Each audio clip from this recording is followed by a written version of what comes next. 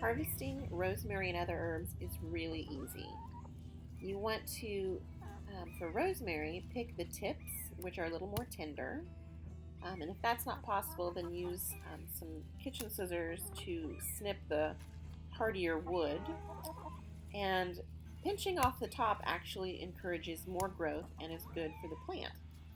And the flowers of rosemary are also edible.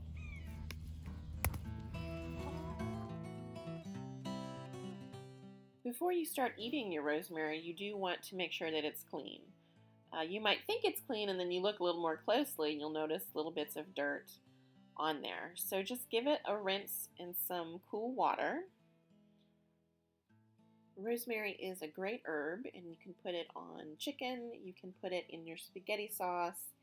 It's lovely on pizzas and garlic bread. In my next video, I'm going to show you how to dry rosemary and store it, and ways to avoid your dried herbs getting moldy. So please stick around for my next video.